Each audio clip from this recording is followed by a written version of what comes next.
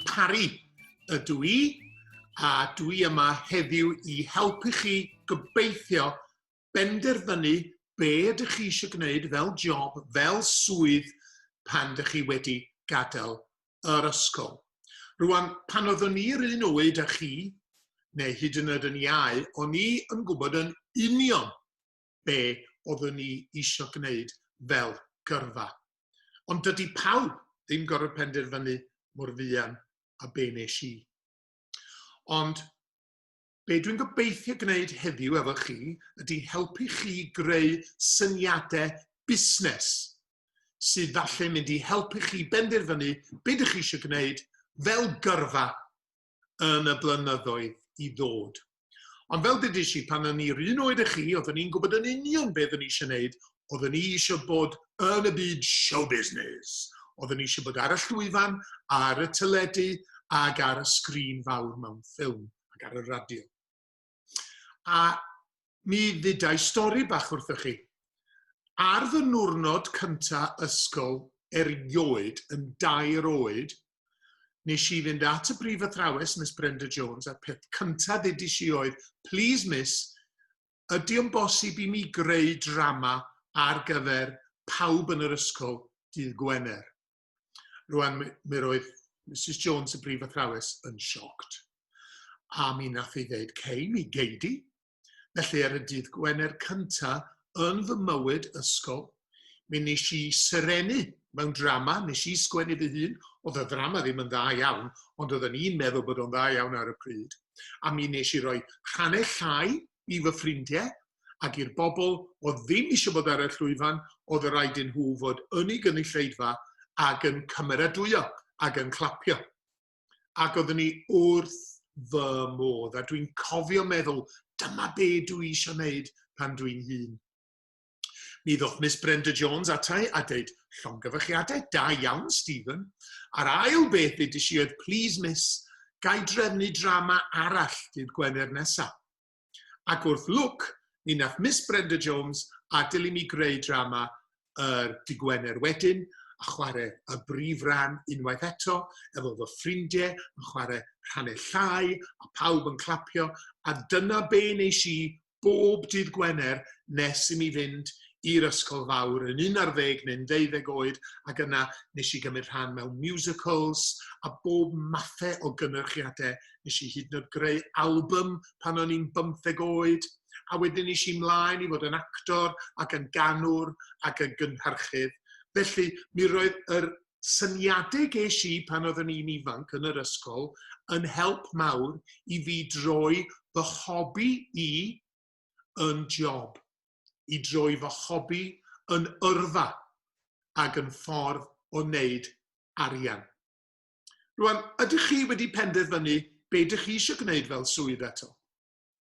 Mae siŵr bod rhai ohonych chi wedi penderfynu'n barod, a falle bod rhai ohonych chi heb, ond dyna pan dwi yma heddiw I helpu rhoi syniadau I chi feddwl am y dyfodol mewn busnes. Rwan, y tip gyntaf fyswn i'n gwneud ydy gwneud yn siŵr bod fi'n dewis gyrfa mewn rhywbeth dwi yn dda yn ei wneud. A fel arfer, dyn ni ond yn dda mewn pethau dyn ni'n licio. A felly, pam na newch chi gysidro hobi neu rhywbeth dych chi'n licio wneud yn eich amser hamdden fel swydd. Dyna be nes I, a dwi'n deffro bob bore yn hapus braf bod fi dal yn gwneud fy hobi ac yn gwneud chydig o cash allan ohono fo. Coaching! Felly, be dwi am I chi wneud rwan ydy meddwl am hobbies. Dwi eisiau chi mynd fewn grwps o 2, 3 neu 4. Ddim eto. Pan fydd yr athrawes yn deud, a mi wneith I ofyn I chi fod mor agos at eich gilydd fel bod chi'n gallu siarad efo'ch gilydd, ond nid yn rhy agos. A be dwi eisiau chi wneud ydy cymryd papur a phensil neu beiro a gwneud list o holl hobbies, o'r holl bethau mae'r grŵp yna yn licio gwneud yn ei amser hamdden, a wedyn dwi'n mynd I pausio yr fideo yma rwan, a pan ddoi nôl, dwi'n gobeithio bydd gennych chi list o bob hobi, o bob peth dych chi yn licio gwneud fel grŵp. Welwn I chi mewn rhyw funud neu 2. Reit ta, dwi'n ôl yn yr ystafell. Dwi'n gobeithio rwan bod gennych chi list o'r hoff bethau ydych chi yn y grŵp yn licio. A siw bych chi'n meddwl, pam fod Stephen eisiau gwybod hyn? Arhoswch eiliad, dwi am wneud stori bach yn gyntaf. Blynyddoedd yn ôl, nes i gyfarfod dau ddyn, oedd un eisiau gwneud rhywbeth efo blodau ac eisiau falle bod yn florist, ac oedd yr ail un eisiau bod yn ganwr. Ond oedden nhw eisiau gweithio efo'i gilydd a cael busnes lle oedd y ddau ohonyn nhw'n hapus. Felly, ath un off i ddysgu sut i fod yn florist proffesiynol, a mi ath y llall off i ddysgu sut i fod yn ganwr proffesiynol. Wedyn ddothon nhw nôl at ei gilydd, a nathon nhw symud i fai Caerdydd ac agor caffi o'r enw Sunflower and I. Rwan oedd y caffi yma, wrth gwrs, yn gwerthu coffi a cacennau, gwin, wahanol bethau, crisps, ond wrth gwrs, oedden nhw hefyd yn gwerthu blodau ac oedd yna flodau ar y bwrdd. Felly, os ydych chi yn cael paned yn meddwl, mae'r blodau yma'n edrych yn hardd, fysych chi yn gallu prynu nhw. Ond be oedd wedi digwydd i'r canwr, dwi'n clywed chi gyd yn gofyn? Wel, mi oedd yna biano yn yr ystafell, ac yn y nos oedd y lle yn troi yn cabaret bar. Felly yn y nos, oedd y boi arall yn gallu canu a diddannu cynulleidfa. Felly oedd pobl yn dod i fewn, prynu peint o lager, neu glasied o win, neu cacen a choffi, ac eistedd lawr a gwrando ar gerddorfa fach yn chwarae, a piano a ddynte yn chwarae, ond hefyd yn gallu prynu blodau. A felly, dyna un esiampl o roi dau syniad at ei gilydd. Rwan, be dwi eisiau chi wneud fel grŵp ydy rhoi falle dau o'r syniadau o'r list sydd gennych chi at eich gilydd a ceisio creu syniad busnes fysych chi gyd yn licio wneud. Enghraifft, falle bod un eisiau bod yn hairdresser a bod un arall yn licio mynd mewn carafan. Wel, falle fysych chi'n gallu cael mobile hairdressers a bod yna hairdressers mewn carafan park. Felly pan ydych chi ar eich gwyliau, ydych chi ond gael mynd i'r carafan nesaf mwyn cael torri'ch gwallt. Mae yna bob mathau o enghreifftiau.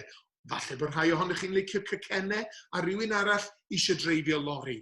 Pam na newch chi cael refrigerated lori oer iawn sy'n gallu cymryd cacennau o gwmpas y wlad. Mae yna bob math o ffurf o roi syniadau at ei gilydd. Felly, cerwch chi nôl rwan at eich gilydd mewn grŵp, dewis dau o'r syniadau yna, rhoi nhw at ei gilydd a creu syniad o sut i wneud arian a sut i greu busnes. A na eich gadael chi am funud neu ddau a wedyn mi ddoi nôl. Welwn i chi mewn munud. Reit ta, gobeithio erbyn hyn bod chi wedi rhoi dau syniad at ei gilydd a mae gennych chi rhyw syniad o greu cwmni allan o'r ddau syniad yna. Rwan, mi nes i greu cwmni blynyddoedd yn ôl o'r enw Mr Producer. A be mae Mr Producer yn gwneud ydy creu digwyddiadau. A be dwi eisiau chi wneud rwan ydy meddwl am deitl, be di enw eich cwmni chi.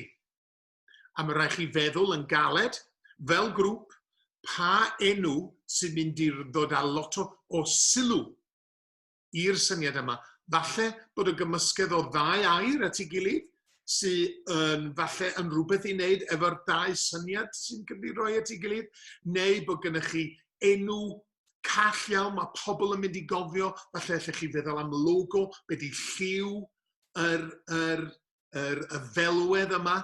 Enghraifft, mae'n nghwmni i Mr Producer, mae o'n fawr ac yn bold, mewn llythrennau mawr bras piws. A dwi'n licio y lliw piws, a mae piws yn liw cry iawn, a mae Mr Producer yn golygu bod fi'n cynhyrchu pethau. Felly mae rhaid i'r enw yma ddeud rhywbeth am y cwmni, fel bod unrhyw un sy'n chwilio am eich cwmni chi yn gwybod yn union beth ydych chi'n gwneud. Felly, rwan dwi eisiau chi'n fynd nôl yn eich grŵps a meddwl yn galed iawn am enw i'r cwmni a sut mae'r enw yna yn mynd i edrych, welwn i chi mewn cwpl o funudau. Iawn ta, erbyn hyn, mae gennych chi ddau syniad wedi cael ei roi at ei gilydd a gobeithio rwan bod gennych chi deitl neu enw ar gyfer y cwmni. Rwan, mae rhaid i chi feddwl yn graff o ba swydd ydych chi'n mynd i fod yn gwneud o fewn y busnes yna. Enghraifft, pan oeddwn i'r un oedran â chi, oeddwn i ddim yn dda iawn mewn mathemateg o gwbl. Felly, yn yng nghwmni i, Mr Producer, nes i byth edrych ar ôl yr accounts, achos o'n i methu gwneud y maths. Felly, mae rhaid chi rwan ddewis pa adran o'r busnes ydych chi yn mynd i fod ar eich gorau. Os na rhywun yn y grŵp sy'n dda iawn efo mathemateg, enghraifft. Os na rhywun yn y grŵp sy'n dda iawn yn greadigol. Oes na rhywun sy'n dda iawn yn llawn hyder ac yn gallu siarad, a falle bod ar y reception neu falle'n siarad ar eich gwefan chi. Meddyliwch beth yw'ch cryfderau chi rwan, a rhowch bob un ohonych chi yn y grŵp mewn swydd o fewn eich busnes chi sy'n mynd i ddefnyddio'ch cryfderau chi. Mae hwn yn gallu bod yn anodd, felly dwi eisiau chi ffocysu a chanolbwyntio fel grŵp, fel busnes, a mi ddoi nôl atych chi mewn munud neu ddau. Dyma fi nôl yn yr ystafell, diolch yn fawr iawn am ganolbwyntio. So erbyn hyn, dych chi wedi rhoi 2 syniad at ei gilydd. Mae gennych chi enw i'r busnes a dych chi wedi penderfynu mha adran o'r busnes dych chi yn mynd i fod yn gweithio ar eich gorau. Be sy'n nesaf dwi'n clywed chi gyd yn gofyn? Wel, y peth nesaf ydy, dwi eisiau chi gyd, un ar y tro, cael cyflwyno eich syniadau i weddill y dosbarth. Felly, dwi eisiau chi fynd nôl yn eich grwpiau, nid rwan, ond pan dwi'n deud, a dwi eisiau chi benderfynu os ydych chi'n mynd i gael un person i gyflwyno'r holl beth, neu ydych chi'n mynd i rannu'r cyflwyniad, os yna rai yn siarad na'n well na'i gilydd. A dwi eisiau chi feddwl be yn union ydych chi'n mynd i ddeud, a sut ydych chi'n mynd i werthu y syniadau a'ch busnes chi i weddill y dosbarth, a cael y cymeradwyaeth gorau posib. Ydy hynny'n glir? Felly, nôl yn eich grwpiau a penderfynu sut ydych chi yn mynd i gyflwyno eich syniad briliant efo'r teitl mwyaf bendigedig sydd falle rhyw ddydd yn mynd i fod yn job i chi yn y dyfodol. Ffwrdd chi. A dyma ni rwan y foment fawr lle fydd bob grŵp un ar y tro yn cyflwyno eich syniadau busnes i weddill y dosbarth. Yr athro neu'r athrawes fydd yn penderfynu ym mha drefn ydych chi'n mynd, ond un rheol. Os ydych chi'n gwrando ar gyflwyniad rhywun arall, mae rhaid i chi wrando yn astyd a nid siarad efo'ch grŵp chi yn penderfynu beth ydych chi'n mynd i ddeud nesaf. Mae rhaid chi fod yn hollol deg efo pwy bynnag sydd yn cyflwyno, a mae rhaid chi roi gwrandawiad iddyn nhw bysych chi'n disgwyl gan bawb arall. Ydych chi gyd yn barod i wneud hynny? Ydych, gobeithio.